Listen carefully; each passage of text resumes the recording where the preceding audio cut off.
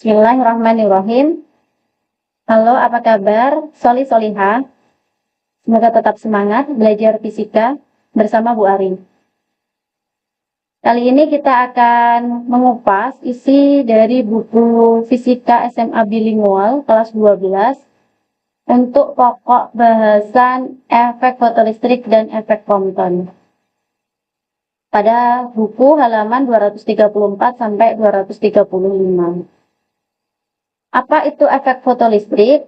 Efek fotolistrik bisa didefinisikan sebagai fenomena pelepasan elektron dari permukaan logam yang terjadi ketika permukaan logam tersebut disinari cahaya berenergi cukup.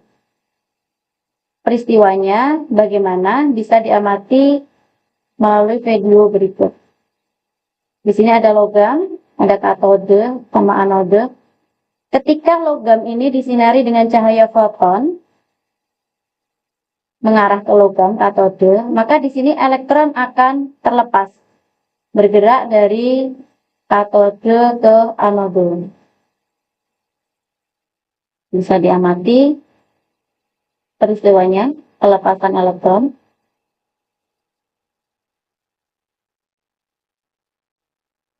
Besar kecilnya energi pada peristiwa efek fotolistrik bergantung pada frekuensi foton yang datang dan tidak bergantung pada intensitas cahaya.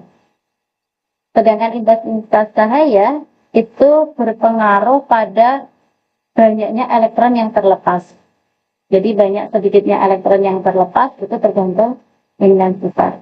Persamaan yang berlaku pada efek fotolistrik, yang pertama untuk energi foton, E sama dengan EK plus W0, di mana E-nya adalah energi foton, EK adalah energi kinetik elektron yang terlepas, W0 adalah energi ambang atau energi batas minimum yang dimiliki cahaya atau foton agar elektron bisa terlepas.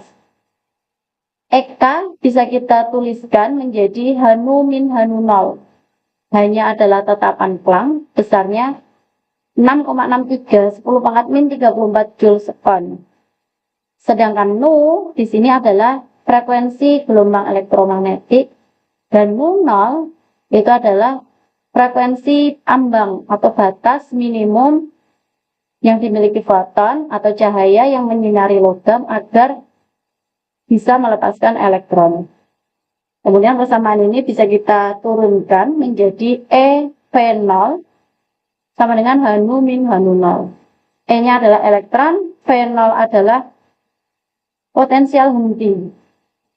Yang satuannya adalah volt. Maka potensial henti bisa kita tuliskan persamaannya V0 sama dengan Nu min Nu0.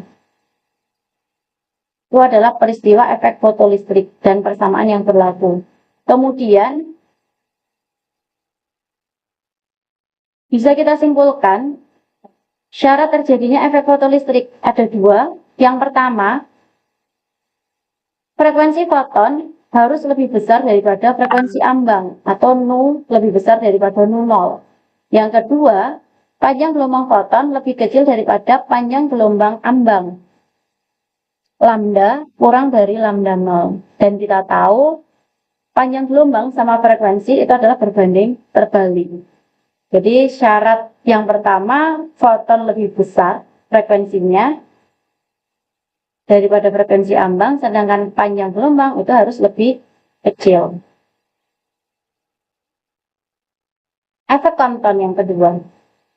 Sedangkan efek Compton itu bisa didefinisikan sebagai peristiwa hemburan foton berenergi tinggi, misalnya sinar X atau sinar gamma, oleh elektron bebas, di mana foton terpental dengan panjang gelombang yang lebih panjang karena kehilangan sebagian energinya. Ini menunjukkan sifat dualisme gelombang partikel cahaya.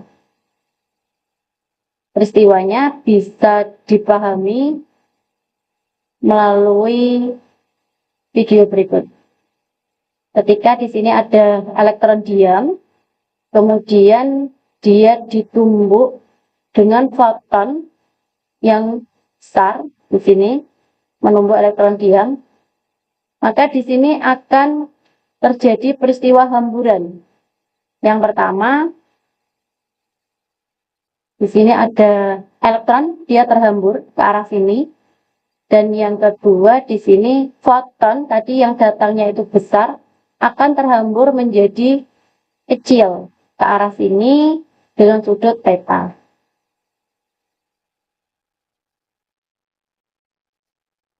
Panjang gelombang foton setelah menumbuk elektron bisa kita tuliskan dengan lambda aksen sama dengan lambda 0 plus H per M0C kali 1 min cos alpha. Maka di sini bisa kita ketahui bahwa lambda aksen itu nilainya akan lebih besar daripada lambda 0. Karena di sini dia dikalikannya 1 min cos. Maka nilainya di sini akan lebih besar, di sini plus, nggak mungkin di sini negatif. Maka ada pergeseran panjang gelombang. Kita tuliskan dengan delta lambda sama dengan lambda aksen min lambda 0. Sama dengan H per M0C kali 1 min cos alpha. Di mana N0 itu adalah energi foton sebelum tumbukan, sedangkan E adalah energi foton setelah tumbukan. M0 massa elektron ion dan lambda 0 adalah panjang gelombang sebelum tumbukan, lambda aksen panjang gelombang foton setelah tumbukan. Satuannya meter, alfa adalah sudut hamburan atau sudut simpangan foton. EK aksen bisa kita tuliskan persamaannya menjadi E0 min E. Dan ini sebagai energi kinetik elektron yang dihasilkan dari peristiwa efek fotolistrik. Berdasarkan percobaan Compton, dapat disimpulkan bahwa setelah pertumbukan, satu, panjang gelombang foton bertambah besar karena lambda aksen lebih besar daripada lambda 0.